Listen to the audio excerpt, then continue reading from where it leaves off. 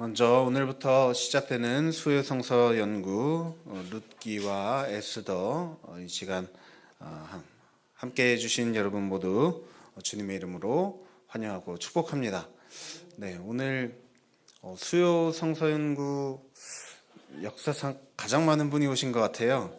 네, 함께 반가운 얼굴로 샬롬하고 같이 인사해 보겠습니다. 샬롬. 네, 샬롬 반갑습니다. 네, 참 잘 나오셨습니다. 자, 네, 룻기와 에스더, 각각 룻이라고 하는 모압 여인과 또 에스더라고 하는 이 바벨론의 포로로 끌려갔던 유대 여인에 대한 기록이 바로 룻기, 에스더입니다. 사실 성경에 이 남자의 어떤 이름으로 성경에 이제 책 제목이 기록된 것은 많은데 여성의 이름으로 기록된 것은 거의 없죠. 바로 이 룻기, 에스더가 다인데요.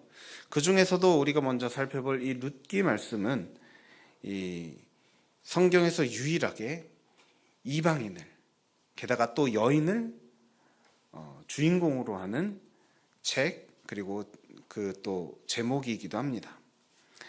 우리가 먼저 살펴볼 룻기는 룻기에 대해서 이제 간단하게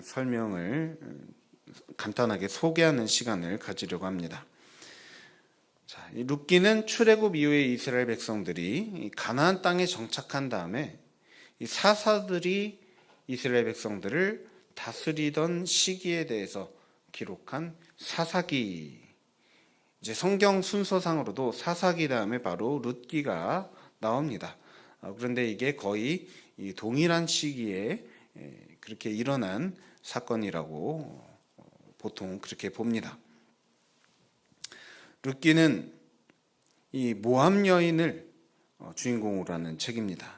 룻기의 배경은 가나안 땅에 이스라엘 백성들에게 아직 왕이 없던 때, 즉 사사들이 다스리던 시기에 그때 가뭄을 피해서 흉년을 피해서 이방인들의 땅 모압으로 이민을 간 어느 한 가족에게 일어난 이야기가 바로 이 룻기의 배경이 됩니다. 자, 그리고 이 룻이라는 여인이 그 가족의 며느리로 들어가게 되면서 일어난 일들, 그리고 그 여인을 통해서 훗날 하나님께서 이스라엘 백성들을 어떻게 인도하시는지 설명해 주는 책이 바로 룻기서입니다. 그래서 보면 우리가 이 룻이라는 인물이 뭔가 특별한 인물인가 라는 생각을 합니다. 그런데 사실 룻은 상당히 평범한 여인입니다. 평범한 인물입니다. 너무나도 평범하고 앞서 소개된 성경에 이제 기록된 유명한 인물들, 예를 들면 모세, 여호수아, 또 사사들 같은 그런 영웅적인 인물하고는 아주 거리가 먼 인물입니다. 그런데 이것은 하나님께서 이처럼 영웅적인 인물들을 통해서도 역사하시고 인도하시지만 바로 이 룻과 같이 이 평범한 인물, 연약한 인물, 이방인, 여인, 이처럼 성경에서 잘 인정받지 못하는 그런 인물들을 통해서도 인도하시고 또 역사하신다라는 것을 알려주는 그런 책이라고 할 수 있겠습니다.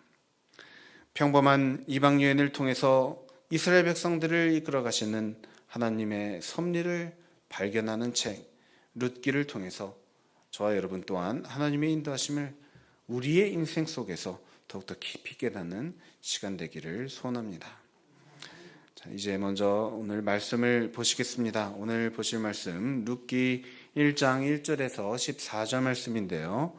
룻기 1장 1절에서 14절 말씀 이 시간도 함께 공동체 성경 읽기 영상으로 함께 묵상하시겠습니다.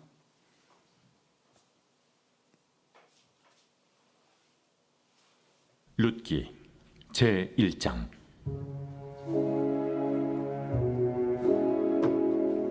사사들이 치리하던 때에 그 땅에 흉년이 되니라.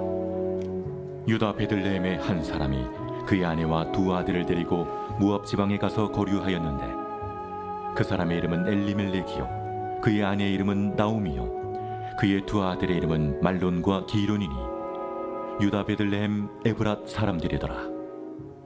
그들이 모압 지방에 들어가서 거기 살더니 나오미의 남편 엘리멜렉이 죽고 나오미와 그의 두 아들이 남았으며 그들은 모압 여자 중에서 그들의 아내를 맞이하였는데 하나 이름은 오르바요 하나 이름은 루시더라.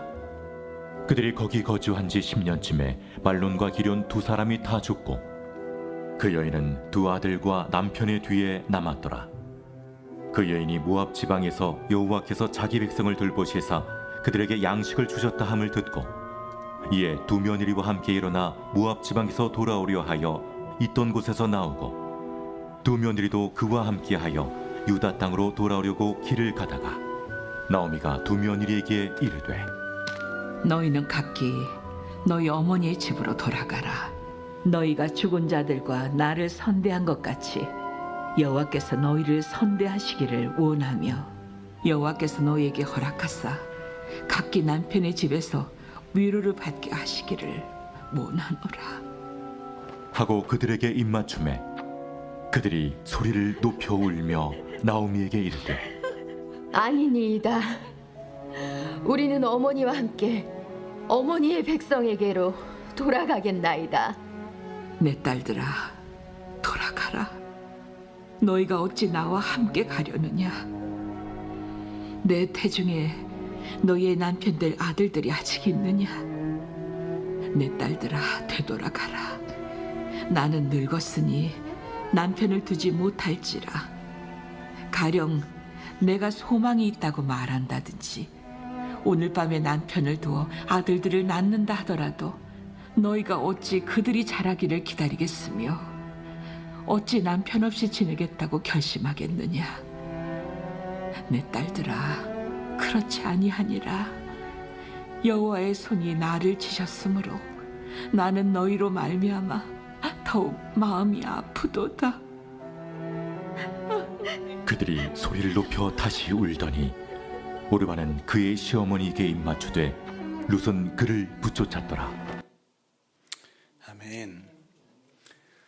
네, 방금 보신 말씀은 룻기가 어떻게 시작되었는지 그 배경에 대해서 설명해 주는 말씀이라 할 수 있습니다. 자, 이 시간 잠시 시간을 드릴 테니 이 문제집에 나온 질문들에 간략하게 답해 보는 시간을 가지시고 또 대답한 내용을 토대로 또 함께 말씀을 살펴보도록 하겠습니다. 네, 질문들이 비교적 간략하기 때문에 7분 정도 시간을 드리겠습니다. 지금 책 권수가 모자라는군요. 네. 유례없는 일이라. 네, 지금부터 1번부터 5번까지 질문 한번 스스로 답해 보시기 바랍니다. 네, 그러면 지금부터 시작하겠습니다.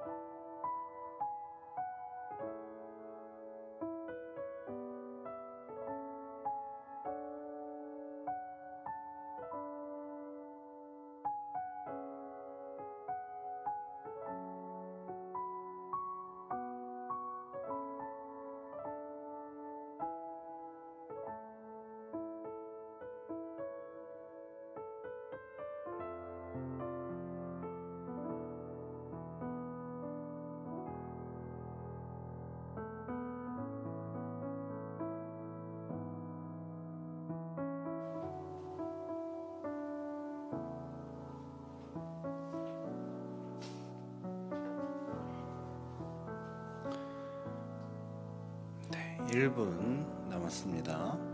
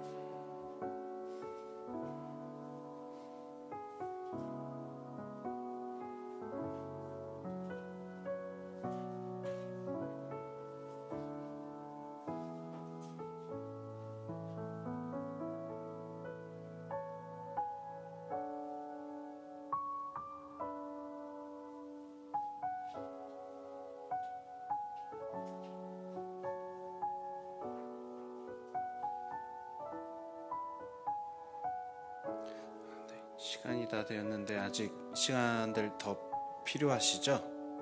네, 아직 또 답안을 작성 중이신 것 같으니까 그러면 3분 더 시간을 갖도록 하겠습니다.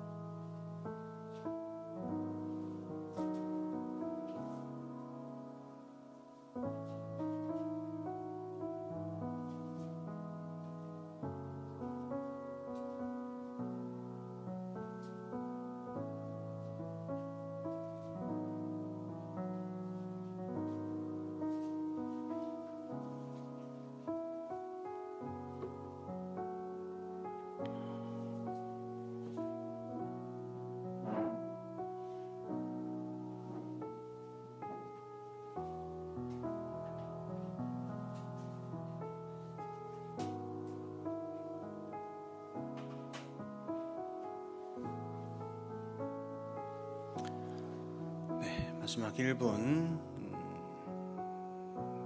대략적으로 정리해 주시면 감사하겠습니다.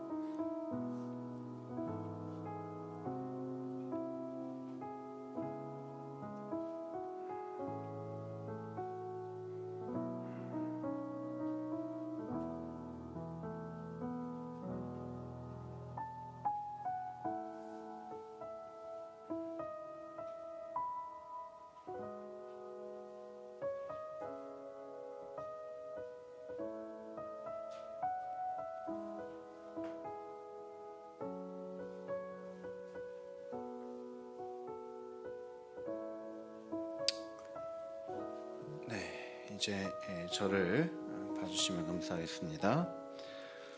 네, 함께 문제를 풀어보는 시간을 갖겠습니다. 자, 1번 질문부터 보시면요. 유다 베들레헴 사람 엘리멜렉이 모압 지방으로 간 이유는 무엇인가? 자, 이 질문에 어떻게 답했는지 말씀해 주실 수 있는 분 계실까요? 엘리멜렉이 모압 지방으로 간 이유는 맞습니다. 네. 자, 1장 1절에 보면 답이 이렇게 나오죠. 사사들이 치리하던 때에 그 땅에 흉년이 드니라. 자, 정답은 바로 흉년 때문에였습니다. 이스라엘 백성들이 거주하던 가나안 땅은요, 사실 이제 하나님께서 이스라엘 백성들에게 그 약속의 땅으로 인도해 주시겠다라고 하실 때 어떤 표현을 사용하셨죠? 젖과 꿀이 흐르는 땅이다, 이렇게 말씀을 하셨습니다. 그래서 이스라엘 백성들이 참으로 저 가나안 땅, 약속의 땅에 가게 되면 정말 모든 것이 풍족한 풍요로운 그런 삶이 기다리고 있을 거라 꿈꾸며 약속의 땅을 향해 나아갔습니다. 그런데 사실 그 과정에서 광야를 지나면서 이스라엘 백성들은 계속해서 불평했죠. 자신들이 원래 있었던 애굽 땅, 사실은 애굽 땅만큼 젖과 꿀이 흐르는 땅이 없습니다. 그곳에서는 모든 것이 풍족했다는 겁니다. 비록 노예로 살았지만 그럼에도 불구하고 훨씬 잘 사는 나라, 훨씬 풍요로운 그런 상황에서 어려움을, 빈곤을 겪는 것보다 이 지금 광야에 있고 이런 것이 훨씬 더 괴롭게 느껴졌던 것이죠.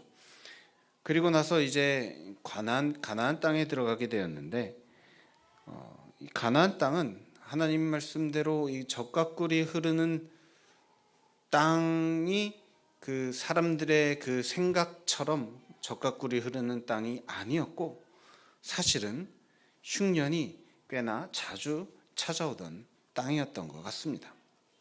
앞서 우리가 성경을 창세기부터 쭉 살펴보면 아브라함도 이 흉년 때문에 애굽으로 내려간 적이 있었고, 또 나중에 이삭도 마찬가지로 흉년 때문에 블레셋 사람들의 땅으로 내려가서 살았습니다. 또 나중에 요셉이 애굽의 총리가 되었을 때도 그때 아주 큰 흉년이 일어났죠. 그래서 야곱과 그 가족들이 전부 다 애굽으로 내려와 살게 된 일도 있었습니다. 마찬가지로 이스라엘 백성들이 애굽에서 탈출하고 가나안 땅에 자리 잡아서 이제 12지파로 이렇게 나누어 살면서 이 사사들이 치리하던 그때에도 가나안 땅에 또다시 흉년이 찾아왔다는 것을 오늘 1절 말씀은 그렇게 말해주고 있습니다. 자, 그런데 오늘 말씀의 배경을 보면요, 가나안 땅에서도 특히 어디에 그 배경이 나옵니까? 바로 유다 베들레헴. 베들레헴에 있던 한 사람이 아내와 두 아들을 데리고 모압 지방에 가서 거류하였다라고 하였습니다. 이것은 이제 또 나중에 나올 내용이긴 한데요, 이 베들레헴이라고 하는 지명 아주 익숙하죠? 어떤 곳입니까? 네, 맞습니다. 예수님이 태어나신 곳이죠. 자, 그런데 이 베들레헴이라는 곳이 어떤 의미를 갖고 있냐면은 바로 빵집이라는 의미를 갖고 있습니다. 빵집.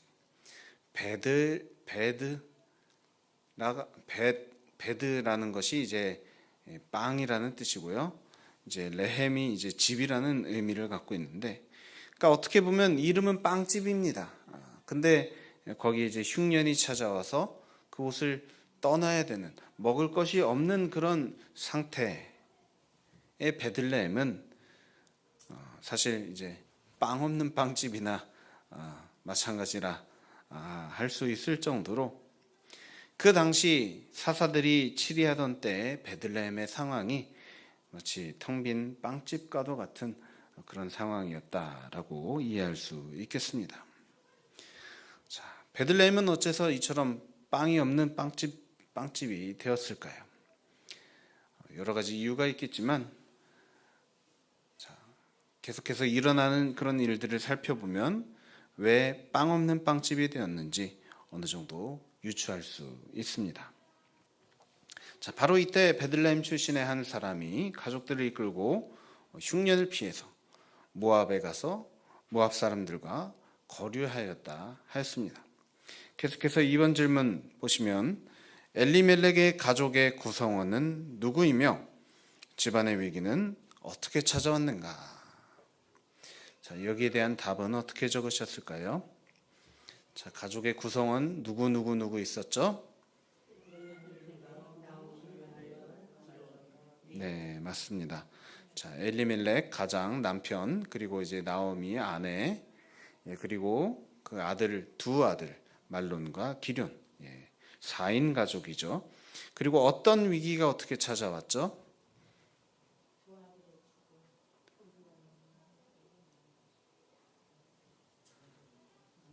자, 어떤 문제가 생겼습니까? 3절, 나오미의 남편 엘리멜렉이 죽고 나오미와 그의 두 아들이 남았으며, 자, 먼저 남편 엘리멜렉이 죽었다 했습니다. 먼 타국에 가서 가장이 죽음을 맞이하게 되는 일, 엄청난 일이죠. 나오미와 두 아들만이 남겨졌습니다. 그런데 그나마 불행 중 다행으로 두 아들이 무사히 결혼을 하게 됐습니다. 그런데 또다시 문제가 일어나죠. 무엇입니까?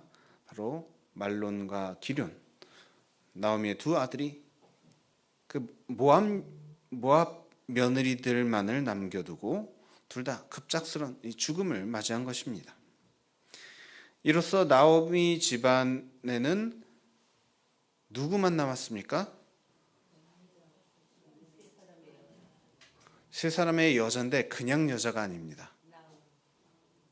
네, 세 사람의 과부, 세 과부가 모여 사는 당시 기준으로 너무나도 불쌍한 그런 가정이 되어버린 것입니다.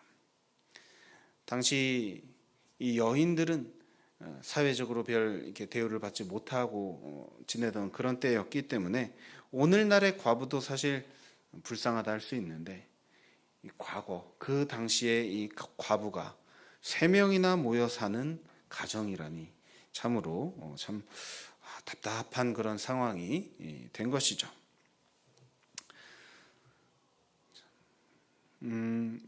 혹시 이런 생각 해보지 않으셨습니까? 왜 이 남편들은 이렇게 급작스러운 죽음을 맞이하게 됐을까? 무슨 죄를 지어서 그런 것일까? 민수기 25장이라고 생각하면요. 네, 25장에 쓴 사람 이걸 보면 네, 바알 부올이잖아요. 그게 예, 예, 모압에다가 음행을 해가지고 상으로 찌르고 뭐 그런 거 있는데, 네, 네. 사실 모압 여자랑 결혼하면은 원래는 룻기는 민수기를 쓴 사람이 썼다면 1장 6절에서 끝이 났을 거예요. 아유, 감사합니다. 예, 아주 새로운 시각으로 이렇게 룻기를 또 이렇게 말씀을 해주셨는데요. 네, 또 다른 분들께 또 더 잘 이해가 되게 말씀을 드리자면, 이스라엘 백성들이 가나안에 입성하기 전에, 가나안 땅에 들어가기 전에 이 모압 땅을 지나가는 일이 있었습니다. 그때 이 모압의 왕 발락이, 이렇게 뭐 발람이라는 선지자를 통해서 막 뭐 이스라엘을 저주하기도 하고 그런 사건이 민수기에 등장하는데요. 그때 이스라엘 백성들이 이 모압 여인들과 아주 떼거지로 아주 그 모압 여인들과 음행을 저지르는 그런 일이 있었습니다. 그때 이제 하나님께서 그 모압 여인들을, 모압 여인들과 음행한 이스라엘 백성들에게 엄청난 이제 벌을 내리신 그런 사건이 있었는데, 자, 그리고 시간이 어느 정도 흘렀을까요? 그건 모르겠지만은 힘들다고 이 가나안 땅을 떠나서 모압 땅에 가서 이제 모압 사람들과 함께 거류를 하고 있었던 것에 더해서 또 혼인까지 하게 되었죠.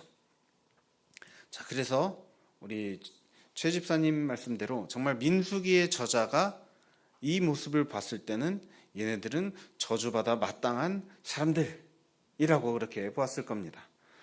자, 그런데 여러분, 만약에 정말로 이게 어떤 죄 때문에 이 사람들이 이런 죽음을 맞이하였다라는 것은 사실 이 룻기의 저자가 말하고자 하는 바는 아닙니다. 물론 그들이 저지른 일은 하나님이 기뻐하실 일은 아닌 것이 분명합니다. 왜 약속의 땅을 떠났으며 왜 그 이방 여인을 아내로 맞이하였는가? 이것은 하나님이 기뻐하실 만한 일이 아닌 것이 분명하죠. 그럼에도 불구하고 그들의 죽음이 이 죄 때문에 찾아왔다라고 할 수는 없는 것이, 자, 그들의 잘못은 잘못이죠. 잘못 때문에 하나님께서 그런 벌을 내리셨다라는 그런 말이 여기 룻기에는 등장하지 않습니다. 그리고 이 룻기를 통해서 특히 이 주인공인 이방 여인 모압 여인 룻을 통해서 하나님께서 이루신 일을 우리가 생각해 보면은 잘못했다고 벌로서 사람을 죽이고 그런 하나님은 아니시라는 것을 적어도 이 룻기 본문에서 깨달을 수 있습니다. 자, 그리고 나서 어떤 일이 일어났습니까? 자, 6절 말씀을 보면요. 그 여인이 모압 지방에서 여호와께서 자기 백성을 돌보시사 그들에게 양식을 주셨다 함을 듣고 이에 두 며느리와 함께 일어나 모압 지방에서 돌아오려 하여. 자, 나오미가 소식을 듣기로 고향 땅에 비로소 흉년이 그쳤다라는 소식이 들렸습니다. 그래서 다시 돌아가기로 결심을 했다는 것이죠. 자, 보통 저런 경우 아마도 이 며느리들이 그저 위에서 그냥 시키는 대로 따르는 그런 풍습이었던 것 같습니다. 그런데 이 과정에서 나오미는 나름대로 이 두 며느리에게 선처를 합니다. 굳이 따라오려고 하지 말고 고향 땅인 모압에 머물러 있으라라는 이 내용이 이제 3번 질문을 통해서 우리가 볼 수 있습니다. 3번 질문 무엇이죠? 나오미가 며느리를 돌려보내며 빌어준 복은 무엇인가? 자, 여기에 대한 답은 어떻게 하셨을까요? 자, 어떤 복을 빌어줬죠?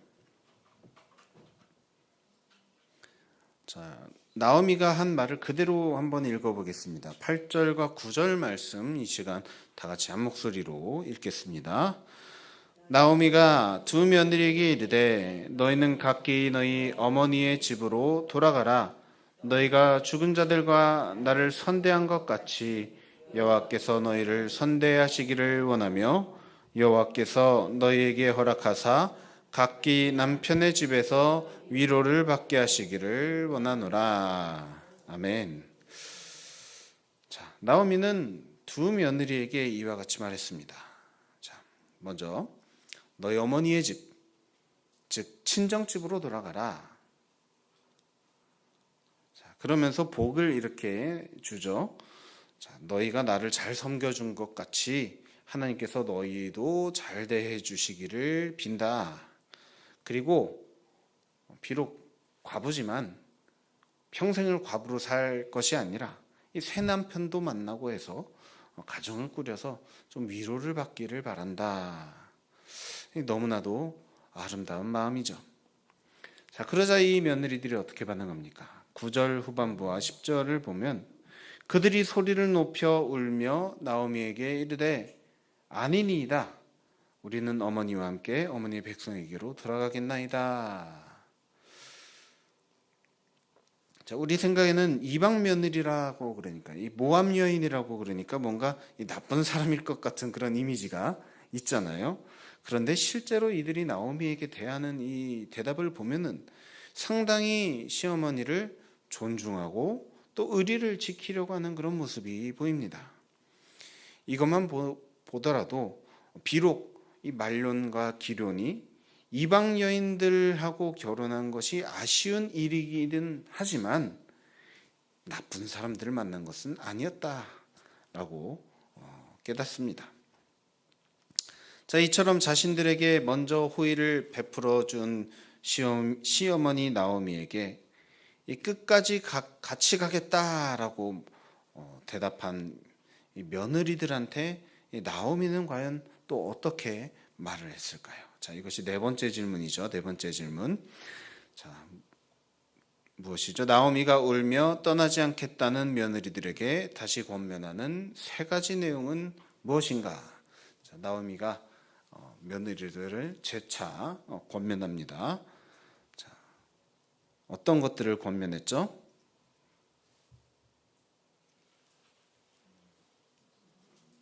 네, 그냥 거기 이렇게 말씀 그쪽에 다 나와 있는데요. 자, 내 태중에 너희의 남편이 될 아들들이 아직 있느냐? 자, 나에겐 너에게 줄 아들이 없다 라는 것이죠. 그리고 나는 늙었으니 남편을 두지 못할지라 아들들을 낳는다 하더라도 너희가 어찌 그들이 자라기를 기다리겠으며 어찌 남편 없이 지내겠다고 결심하겠느냐? 자, 이제 와서 결혼을 해서 아들을 낳는다 할지라도 실질적으로 그 아들이 클 때까지 기다린다는 거, 이것은 불가능한 일이다 라는 것입니다. 그리고 마지막으로 나는 너희로 말미암아 더욱 마음이 아프다. 한마디로 상황이 이렇게 된 게 참으로 미안하다라는 것입니다. 자, 나오미의 이 대답은 당시 이스라엘 백성들 사이에 있었던 이 계대 결혼 제도를 우리가 이해하고 넘어가야 이해가 가능합니다. 당시 이스라엘 백성들은 먼저 형이 죽으면 동생이 형 대신에 형의 아내, 형수님을 취하는 그런 제도가 있었습니다. 이것 때문에 과거 유다가 며느리 다말에게 두 아들을 주었습니다. 그러니까 유다는 아들이 셋이 있었는데 그 중에 두 명의 아들을 주었는데 둘 다 금방 죽어버린 겁니다. 그래서 셋째 아들까지 이룰 수 없다며 셋째 아들을 주지 않고 있다가 이제 다말이, 며느리 다말이 뭐 이렇게 스스로 어떤 이렇게 몸 파는 여자로 이렇게 분장을 해갖고 뭐 또 시아버지 유다와 뭐 어떤 동침을 하게 되고 뭐 그런 이제 사건이 이 창세기에서 일어나는 것을 볼 수 있는데요. 이 몇백 년이 지난 시점인 사사기 시절에도 여전히 이런 이 풍습이 이어져 오고 있었다라는 것을 깨달을 수 있습니다. 자, 이렇게 저 계대 결혼이라는 저 개념이 당시 이스라엘 백성들 사이에서 아주 보편적으로 통용되던 개념이었다라고 할 수 있겠습니다. 그렇기 때문에 나오미가 며느리들에게 친정집으로 돌아가라 말한 것은 자신이 책임지지 못할 관계를 계속 유지하는 것보다는 이 관계를 이대로 정리하는 것이 피차간에 유익할 것 같다라는 일종의 이제 배려이자 또 자비를 베풀어 준 것입니다. 마치 주인이 노비를 아무 대가 없이 그냥 풀어준 것처럼 이 시어머니가 이런 그 결혼이라는 계약 때문에 자신에게 묶여있는 이 며느리들을 그냥 보내준 것이죠. 이처럼 룻기는 윗사람, 강한 사람, 이 부유한 사람이 약자들에게 배려와 자비를 베풀어 주는 것을 계속해서 보여줍니다. 그래서 이처럼 사람 대 사람 사이에 이 베풀어지는 자비를 통해서 인도해 주시는 하나님에 대해서 알려주는 말씀이 바로 룻기 말씀이라 할 수 있겠습니다. 자, 이제 마지막으로 5번 질문입니다. 오르바와 룻의 선택의 결과는 무엇인가? 자, 오르바와 룻, 나오미의 두 며느리는 각각 어떤 선택을 했습니까? 자, 어떻게 답하셨죠? 자, 오르바는 어떻게 했죠? 오르바는 나오미에게 입을 맞추고 떠났고요. 룻은 나오미를 이제 쫓아갔습니다. 여기서 나온 룻이 이 붙쫓았더라라는 말을 새번역 성경에서는 달라붙었다라고 표현을 합니다. 자, 이미 지금도 남편을 잃고 외국인 시어머니와 함께 살고 있는 상황이 순탄치 않은데 이 시어머니와 함께 그 시어머니의 고향, 자신에게는 이방 땅이죠. 이방 땅으로 돌아가서 홀로 시어머니를 섬겨야 되는 이 상황을 억지로 맞는 것도 아니고 스스로 달라붙을 정도로 이 시어머니의 고통에 자기도 기꺼이 동참하겠다 이렇게 믿음으로 고백한 것입니다. 자, 방금 며느리들에게 너희는 친정집으로 돌아가라, 가서 뭐 새로운 사람도 만나고 가정을 꾸려라, 이러한 이 자비와 배려를 베풀어 주었던 것처럼 이번에는 반대로 룻이 시어머니에게 배려를 베푼 것입니다.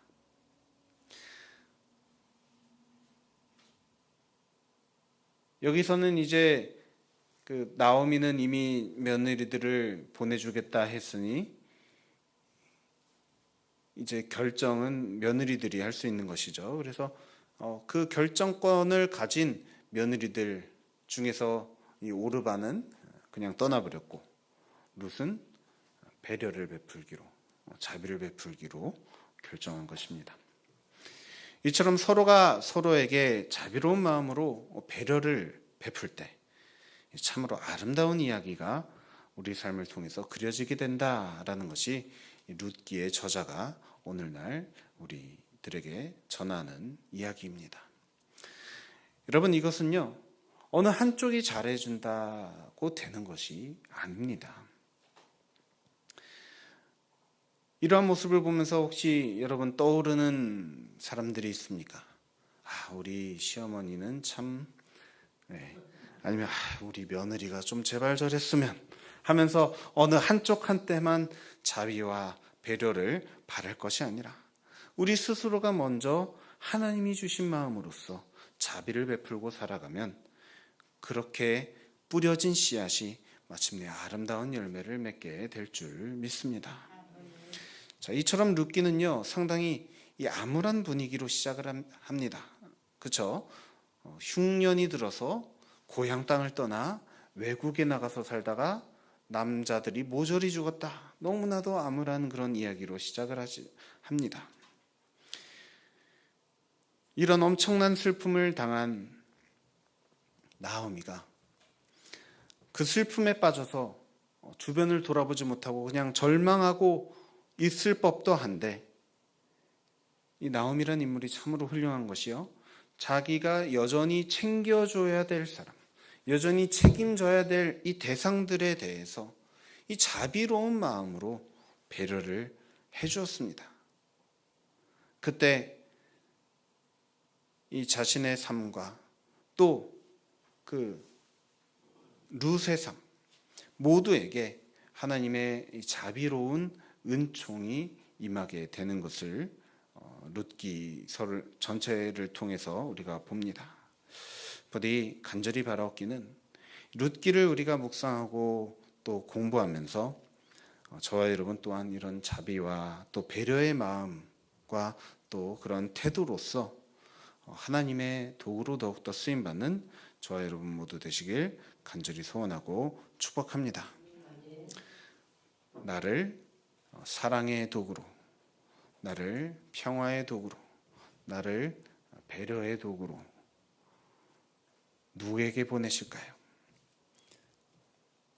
누구에게든, 가족에게, 또는 나를 괴롭게 하는 나의 원수에게 보내시는 하나님의 우리를 사용하시고자 하는 하나님의 그 선하신 뜻과 계획을 신뢰하며 이 시간 우리들 이러한 결단하는 마음으로 주님 앞에 나아가기를 원합니다.